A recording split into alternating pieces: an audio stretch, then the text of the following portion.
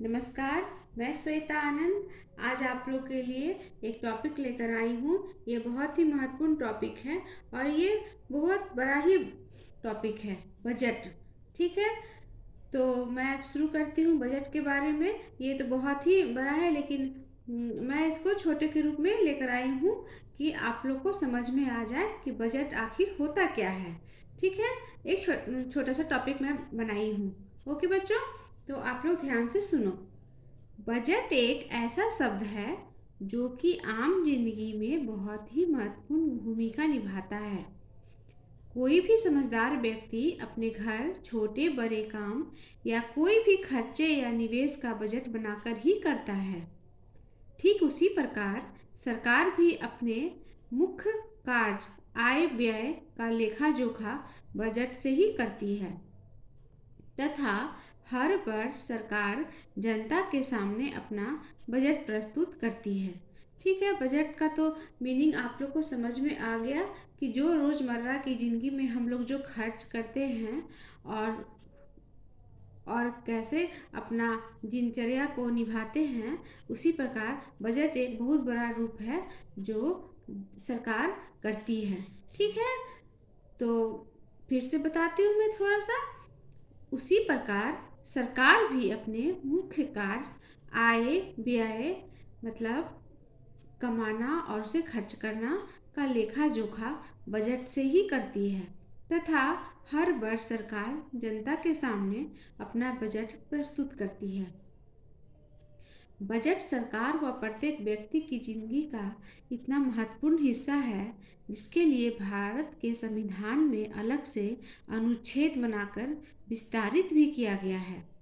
आज़ाद भारत का सबसे पहला केंद्रीय बजट 26 नवंबर 1947 को आर के सुंखम के द्वारा संसद में प्रस्तुत किया गया था।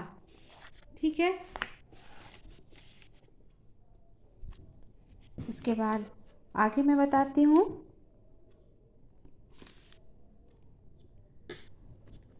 बजट डिफिनीशन, बजट का जो परिभाषा है वो मैं समझाती हूँ।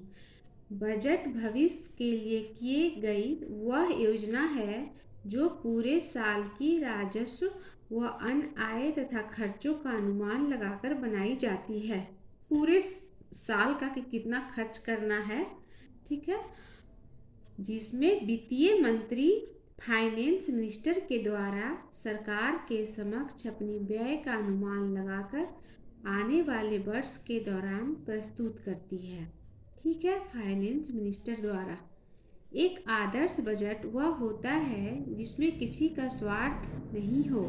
सरकार द्वारा उस बजट में लोग, व्यापार, सरकार, देश, बहुराष्ट्रीय संगठन के लिए, एक व्यक्ति, परिवार समूह के लिए अच्छी से अच्छी योजनाएं बनाई गई हों तथा खर्च व निवेश किए गए हों।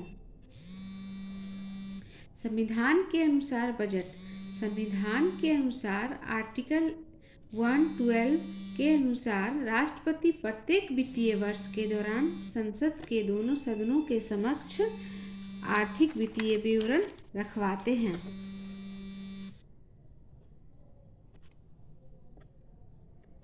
जिनमें सरकार के गत वर्ष के आय, प्राप्तियों व व्ययों का ब्यौरा होता है। अच्छा, इतना तो हम लोग समझ चुके। अब आगे कि बजट निर्माण का उद्देश्य क्या है। बजट की परिभाषा समझ में आ गई कि सरकार साल भर का आय और व्यय का अनुमानतः खर्च का विवरण करती है। बजट निर्माण का उद्देश्य है प्रत्येक वर्ष के लिए सरकार पूर्व में ही योजना बना लेती है जिसमें सरकार की आय के स्रोत जैसे भिन्न भिन्न करों, टैक्स की वसूली या टैक्स राजस्व से आय, राज्य द्वारा जो मिला हुआ आय है, सरकारी फीस, जुर्माना, लाभांश, दिए गए ऋण पर ब्याज आदि सभी आय और इन आयों को वापस जनता के लिए लगाना बजट का मुख्य उद्देश्य होता है। आर्थिक विकास की दर में वृद्धि करना, गरीबी व बेरोजगारी को दूर करना, असमानताओं को दूर कर आय का सही योजनाओं में उपयोग करना, बाजार में मूल्य व आर्थिक स्थिरता बनाए रखना, अन्य सभी क्षेत्रों रेल, वित्त, अनाज, खाद्य पदार्थ बैंकों के लिए भी फंड रखना। ठीक है बच्चों, यहाँ तक तो आप लोग को समझ में आ गया। अब हम बताते हैं कि बजट का प्रकार क्या है। ठीक है, तो टाइप्स ऑफ बजट। साल का बजट वित्त मंत्रालय में उनके बांटे गए विभाग द्वारा बनाए जाते हैं। वित्त मंत्रालय में, ठीक है, फाइनेंस डिपार्टमेंट में, जिसकी अंतिम मंजूरी राष्ट्रपति द्वारा दी जाती है। याद रखिएगा, राष्ट्रपति द्वारा दी जाती है अंतिम मंजूरी बजट का, जो कि केंद्र और राज्य सरकार दोनों के संबंध में होती है। रेल बजट रेल मंत्रालय द्वारा अलग से तैयार किया जाता है। बजट के मुख्यतः दो प्रकार होते हैं, केंद्रीय बजट और रेल बजट। तो केंद्रीय बजट क्या है? केंद्र सरकार द्वारा प्रस्तुत किया गया सबसे बड़ा बजट, जो हर व्यक्ति को ध्यान में रखकर बनाया जाता है, जिसे आम बजट भी कहा जाता है। इसमें सभी तरह के प्रावधान होते हैं जो कि बिल के रूप में पारित होते हैं। प्रत्येक वर्ष नए बजट के साथ नए नियम और नए कानून के साथ पारित होते हैं। ठीक है, अब आगे बताती हूँ मैं। केंद्रीय बजट के कई छोटे छोटे प्रावधान हैं जिनके लिए बजट बनाया जाता है। तो केंद्रीय बजट के बारे में हम लोग तो कुछ समझ लिए। अब है रेल बजट। तो रेल बजट के बारे में बताती हूँ मैं। संसद में रेल मंत्री द्वारा प्रत्येक वित्तीय वर्ष के दौरान रेल बजट प्रस्तुत किया जाता है, जिसमें आम जनता के लिए कई नई ट्रेनों की घोषणाएं की जाती हैं। यात्रियों के लिए ई रेलवे की सुविधाएं मुहैया कराई जाती हैं। ट्रेनों में तथा प्लेटफॉर्म पर सुविधाएं घोषित की जाती हैं। एसएमएस और नेट के द्वारा बुकिंग और चेकिंग की सुविधा भी उपलब्ध कराई जाती है। ठीक है,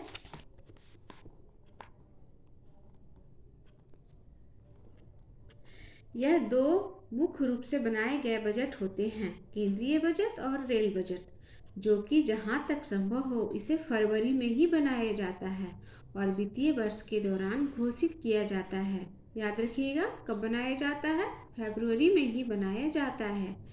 केंद्र के बजट पूरे देश पर लागू होते हैं, परंतु हर राज्य का अपना एक अलग बजट बनता है जिसमें वह राज्य के लिए प्रावधान करती हैं। कई वर्ष पहले रेल बजट अलग से पेश किया जाता था। ठीक है, क्योंकि भारतीय रेल विभाग बहुत ही बड़ा विभाग माना जाता रहा है।